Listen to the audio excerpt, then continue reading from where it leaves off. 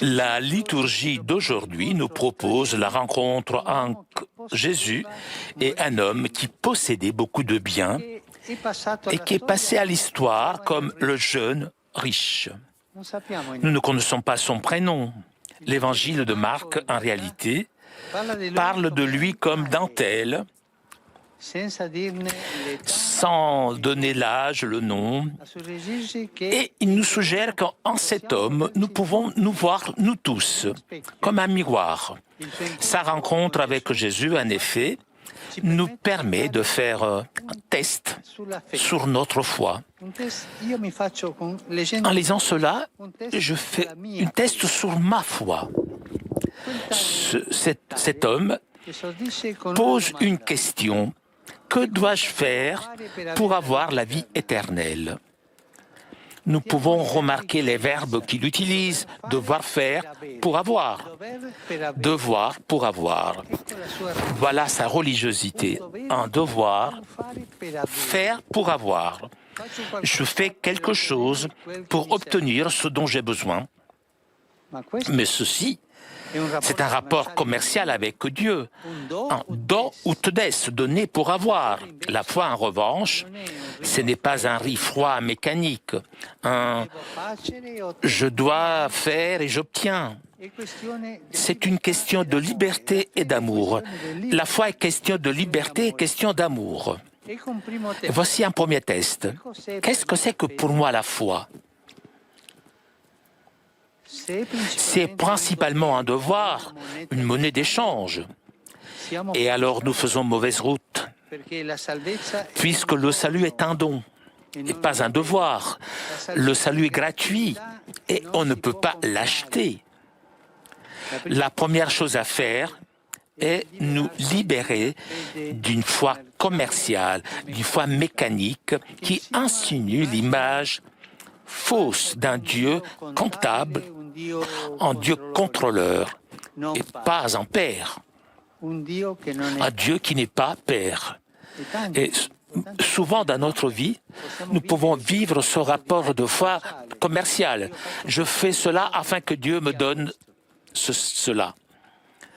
Jésus, le deuxième passage, aide ce tel lui offrant le visage véritable de Dieu.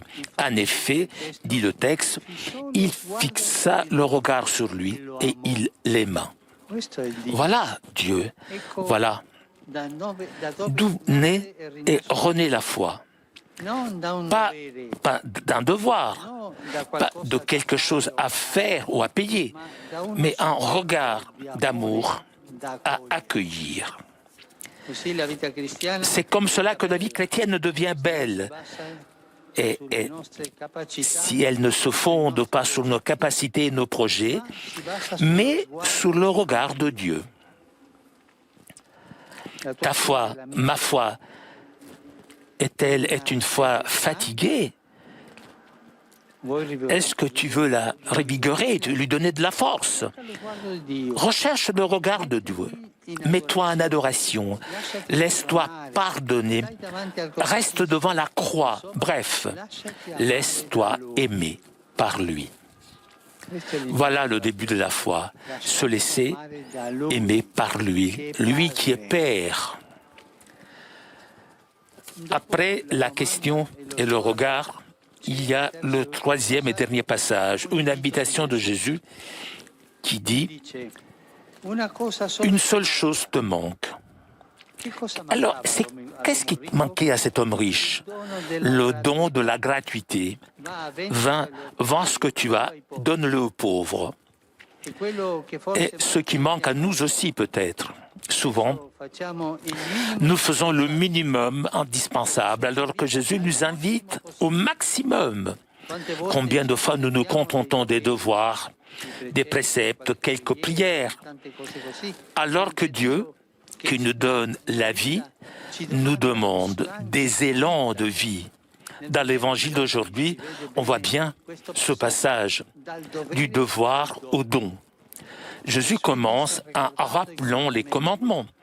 Ne commets pas de meurtre, ne commets pas d'adultère, ne commets pas de vol.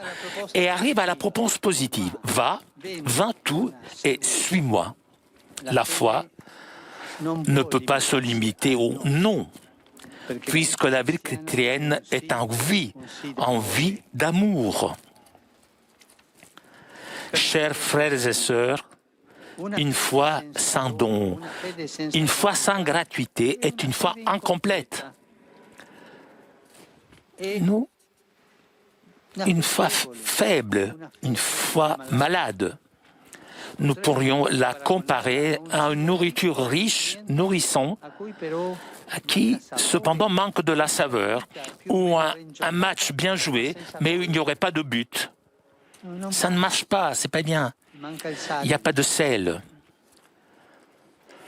Une foi sans don, sans gratuité, sans œuvre de charité, finalement, nous rend tristes, comme ce tel qui, même s'il était regardé avec amour par Jésus, il est rentré chez lui triste. C'est comme cela qu'il dit l'Évangile. Aujourd'hui, nous pouvons nous poser la question, où en suis-je avec ma foi? Est-ce que je la vis comme quelque chose de mécanique, comme un rapport de devoir et d'intérêt avec Dieu? Est-ce que je me souviens de l'alimenter, me laissant regarder et aimer par Dieu, se laisser regarder et aimer par Dieu, afin que Jésus nous aime, nous regarde et attiré par lui?